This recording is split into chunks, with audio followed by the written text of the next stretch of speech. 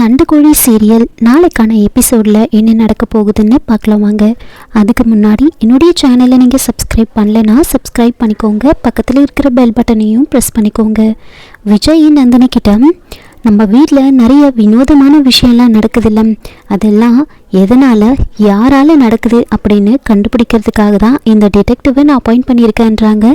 இதெல்லாம் கேட்டுட்டு புலிமுருகன் நந்தினி கிட்ட, அக்கா நமக்கு 7:30 சனி ஸ்டார்ட் ஆகிடுச்சின்னு நினைக்கிறேன், எனக்கு இப்போவே கண்ணு கட்டுதுக்கா, புழல் ஜெயிலாம் கண்ணுக்கு தெரியுதுக்கா அப்படின்னு புலம்ப, அதுக்கு நந்தினி கொஞ்சம் நேரம் உளராமல் அமைதியாக இரு அப்படின்றாங்க. அப்போ விக்ரம் விஜய் கிட்ட, டேய் விஜய், நம்ம வீட்டில் நடக்கிற பிரச்சனை எல்லாமே நாம் எல்லாரும் ஒன்றா சேர்ந்து உட்காந்து பேசினாலே சரியாயிடும், அதுக்கு எதுக்கு டிடெக்டிவ்லாம் அப்படின்றாங்க. அப்போ விஜய், எதை சரி பண்ண முடியும்னு நீ நினைக்கிற? திடீர்னு ஒருத்தன் நம்ம வீட்டில் கத்தியோடு நுழையிறான், அண்ணியை இத்தனை முறை கொலை பண்ண ட்ரை பண்ணியிருக்காங்க, நாம் கேர்லெஸ்ஸாக இருந்ததுனால தான் இப்போது அண்ணி போலீஸ் ஸ்டேஷனில் இருக்காங்க, இனிமேலும் நாம் அலட்சியமாக இருக்கக்கூடாதுன்னு சொல்ல, அதுக்கு விக்ரம், அப்படி இல்லைடா, நான் சொல்கிறத கொஞ்சம் கேளுன்னு சொல்லிட்டு இருக்காங்க. அப்போ ஜிகே விக்ரம், விஜய் பண்ணுறது சரின்னு தான் எனக்கு தோணுது, நம்ம வீட்டில் நடக்கிற பிரச்சனைகளுக்கெல்லாம் ஒரு ஃபுல் ஸ்டாப் நாம் வச்சே ஆகணும், அதுக்கு இதை நம்ம பண்ணி தான் ஆகணும், அவன் பண்ணட்டும் விடு அப்படின்றாங்க. இப்போ விஜய் அவங்க அப்பாவுக்கு தேங்க்ஸ் சொல்லிவிட்டு டிடெக்டிவ் கிட்ட போயிட்டு, நீங்கள் இன்வெஸ்டிகேஷன் ஸ்டார்ட் பண்ணுறதுக்கு முன்னாடி இந்த வீட்டில் இருக்கிறவங்கள எல்லாரையும் நான் இன்ட்ரடியூஸ் பண்ணிடுறேன் அப்படின்னு ஃபஸ்ட்டு விஜய் ஜிகேலேருந்து ஆரம்பிக்கிறாங்க. இவர் என்னோட அப்பா ஜிகே குரூப் ஆஃப் கம்பெனிஸை உருவாக்குனவர் இவர் தான்.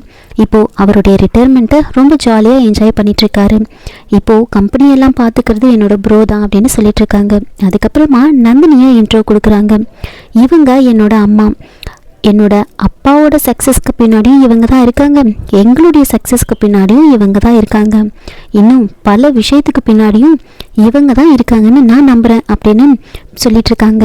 அதுக்கப்புறமா புலிமுருகன் கிட்ட போகிறாங்க. இவர் என்னோட மாமா புலிமுருகன் அப்படின்னு சொன்ன உடனே டிடெக்டிவ் உங்கள் வீட்லேயே புலி இருக்காங்களா அப்படின்னு கேட்க, அதுக்கு விஜய், சேச்சா இவர் அந்த புலிலாம் கிடையாது, அந்தளவுக்கு ஒர்த்தும் கிடையாது, இந்த குழம்புலலாம் போடுவாங்கல்ல புலி, அந்த புலி தான் இவர் அப்படின்னு சொன்ன உடனே புலிமுருகன், என்ன மாப்பிள என்ன நீ இப்படி சொல்கிறான், இங்கே இருக்கிற எல்லா போலீஸ் ஸ்டேஷன்லையும் போய் கேட்டு பாரு, என்னை பற்றி தெரியாதவங்க யாருமே இருக்க முடியாது, ஒரு ரவுடி கூட எனக்கு தெரியாதவங்க இருக்க மாட்டாங்க தெரியுமா அப்படின்னு சொன்ன உடனே டிடெக்டிவ் சிவா இங்கே பாருங்கள் புலிமுருகன், நான் இங்கே வரத்துக்கு முன்னாடியே உங்களை பற்றி நல்லா தான் தெரிஞ்சுக்கிட்டு வந்திருக்கேன், உங்கள் வீட்டில் இருக்கிற எல்லாரை பற்றியும் எனக்கு நல்லாவே தெரியும் அப்படின்றாங்க. அதுக்கப்புறமா விஜய் விக்ரமை இன்ட்ரோ கொடுக்குறாங்க.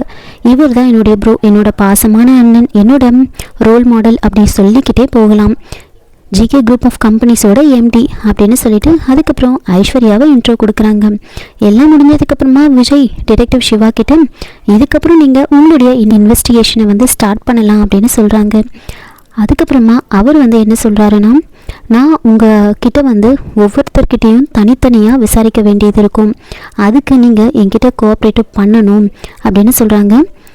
உங்ககிட்ட பர்சனலாக இன்டெப்த்தாக நிறைய கேள்விகளை நான் கேட்க வேண்டியது இருக்கும், அதுக்கு நீங்கள் ஒழுங்காக என்கிட்ட பதில் சொல்லணும், நீங்கள் உண்மையை சொன்னால் மட்டும்தான் உண்மையான குற்றவாளி யார் அப்படின்னு என்னால் கண்டுபிடிக்க முடியும் அப்படின்னு சொல்கிறாங்க. அதுக்கு நீங்கள் கோஆப்ரேட் பண்ணால் மட்டும்தான் முடியும், இதுக்கு நீங்கள் ஓகேன்னு சொல்லுங்கள், இதுக்கப்புறம் தான் என்னோடய இன்வெஸ்டிகேஷனை நான் ஸ்டார்ட் பண்ண முடியும் அப்படின்னு கேட்க, எல்லோரும் ஓகே சொல்கிறாங்க.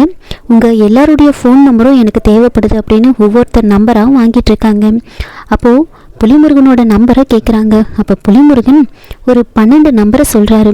அப்போது அந்த டிடெக்டிவ் சிவா இந்த நம்பர் உங்களுடைய நம்பராக இருக்க வாய்ப்பே இல்லையே அப்படின்னு சொன்ன உடனே புலிமுருகன், அதை எப்படி சொல்கிறீங்க அப்படின்னு கேட்க, அதுக்கு இதில் 12 நம்பர் இருக்குது, மொபைல் நம்பர் எல்லாமே 10 நம்பர் தான் இருக்கும், நீங்கள் 12 நம்பர் சொல்லியிருக்கீங்க அப்படின்றாங்க. அதனால் என்ன, இருந்தால் இருந்துட்டு போட்டோம் அப்படின்னு சொல்ல, அப்போது டிடெக்டிவ் சிவா ஒழுங்காக என்ன நம்பர்னு சொல்லுங்கன்னு கேட்குறாங்க. அப்போது புலிமுருகன், சார் நான் இந்த மாதிரி இன்வெஸ்டிகேஷன்லாம் பார்த்தது கிடையாது, எனக்கு இதெல்லாம் புதுசு, அதாவது பயத்தில் அந்த மாதிரி சொல்லிட்டேன், இப்போ என்ன அதில் ஏதாவது ஒரு 2 நம்பரை டெலீட் பண்ணிடுங்க அப்படின்றாங்க. அதுக்கு டிடெக்டிவ் சிவா, முன்னாடி இருக்கிற 2 நம்பரை டெலீட் பண்ணணுமா இல்லை பின்னாடி இருக்கிற 2 நம்பரை டெலீட் பண்ணணுமான்னு கேட்க, அதுக்கு புலிமுருகன், எதுக்கு தேவையில்லாமல் யோசிக்கணும், முன்னாடி ஒரு நம்பரையும் பின்னாடி ஒரு நம்பரையும் டெலீட் பண்ணுங்க அப்படின்னு சொல்லிட்டு இருக்காங்க. இதெல்லாம் பார்த்து எல்லாரும் சிரிச்சிட்டு இருக்காங்க. அப்போது விஜய் சார் அவருடைய நம்பரை நான் கொடுக்குறேன் அப்படின்னு சொல்கிறாங்க. அதுக்கப்புறமா டிடெக்டிவ் சரி நாளையிலேருந்து நான் இன்வெஸ்டிகேஷனை ஸ்டார்ட் பண்ணுறேன். புலிமுருகன் உங்களுடைய மொபைலை ஸ்விட்ச் ஆன் பண்ணுங்க அப்படின்னு சொல்லிட்டு அங்கேருந்து கிளம்புறாங்க. அவர் போன உடனே நந்தினி ரொம்ப கோவமாக விஜய் கிட்ட, விஜய் என்ன இது, கண்டவங்கள வீட்டுக்குள்ளே கொண்டு வர, எனக்கு இது சுத்தமாக பிடிக்கல, நம்மளை தனித்தனியாக விசாரிப்பேன்னு வேற சொல்கிறாங்க அப்படின்னு கோவப்பட, அதுக்கு விஜய் வந்துட்டு நான் ஒன்றும் கண்டவங்களெல்லாம் வீட்டுக்குள்ளே கொண்டு வரல, ஒரு நம்பர் 1 டிடெக்டிவ் தான் இந்த வீட்டுக்கு கொண்டு வந்திருக்கேன் அப்படின்றாங்க. அப்போ விக்ரம் வந்துட்டு அப்படி இல்லைடா விஜய், நாம் எல்லோரும் வந்து பிஸ்னஸ் பண்ணுறவங்க, நம்மக்கிட்ட வந்து அவர் பர்சனலாக நிறைய டெப்த்தாக கேட்பேன்னு வேற சொல்கிறாரு, இதெல்லாம் எதுக்கு, அவர்கிட்ட போய் நம்மளோட பர்சனலை எதுக்காக ஷேர் பண்ணணும் அப்படின்னு சொல்ல, அதுக்கு விஜய் உண்மையான குற்றவாளி யாருன்னு கண்டுபிடிக்கணும்னா நாம் அவர்கிட்ட உண்மையை சொன்னால் மட்டும்தான் முடியும் அப்படின்றாங்க. அப்போ நந்தினி நம்மளுடைய பர்சனல்லாம் அவங்கக்கிட்ட சொன்னால் அது மீடியா வரைக்கும் போகும்டா அப்படின்றாங்க. இப்போ ஜிகே வந்துட்டு நந்தினி போலீஸ் ஸ்டேஷனுக்கு போனால் மட்டும்தான் நம்மளுடைய பர்சனல் எல்லாம் மீடியாவுக்கு போகும், இவர் ப்ரைவேட் டிடெக்டிவ், அதெல்லாம் எந்த இன்ஃபர்மேஷனும் வெளியே போகாது, அதை நினச்சி நீ கவலைப்படாதுன்னு சொல்லிட்டு இருக்க. அதுக்கு ஐஸ்வர்யா ஆமாத்த எனக்கும் இதுதான் சரின்னு தோணுது, மகாவை கொலை பண்ண ட்ரை பண்ணுறவங்க யாருன்னு நமக்கு தெரியணும்ல அப்படின்னு சொன்ன உடனே நந்தினிக்கு பயங்கரமாக கோவம் வருது. ஏய் நீ வாயை மூடு அப்படின்னு சொல்லிட்டு கோவமாக அங்கேருந்து போயிடுவாங்க. அதுக்கப்புறமா என்ன நடக்குதுன்னா, விஜய் வந்து ஆஃபீஸ்க்கு கிளம்பிட்டு இருப்பாரு. ஐஸ்வர்யா கிட்ட டேக்ஸ் ஃபைலை எடுத்துகிட்டு வர சொல்கிறாங்க. டிடெக்டிவ் வந்தாருன்னா நீ கவனிச்சிக்கோ அப்படின்னு சொல்கிறாங்க. ஐஸ்வர்யா ரூமுக்கு வந்து டேக்ஸ் ஃபைலை எடுக்கிறதுக்காக வராங்க. ரூம் டோரை ஓப்பன் பண்ணி பார்த்தா உள்ளே விக்னேஷ் உட்காந்துட்டு இருப்பாங்க. விக்னேஷை பார்த்த உடனே ஐஸ்வர்யா பயங்கரமாக ஷாக் ஆகுறாங்க. நீ எப்படி இங்கே வந்த, முதல்ல இங்கேருந்து கிளம்பு அப்படின்னு சொல்ல, அதுக்கு விக்னேஷ் வந்துட்டு என்ன இது, உன் வீட்டுக்கு ஒரு விருந்தாளி வந்திருக்காங்க, ஒரு டீ காஃபி கொடுத்து உபசரிக்கிறத விட்டுட்டு வெளியே போன்னு சொல்கிறியே, இதுதான் தமிழர் பண்பாடா அப்படின்னு கேஷுவலாக பேசிகிட்டு இருக்கு. ஐஸ்வர்யா ரொம்ப பயந்துட்டு இருக்காங்க.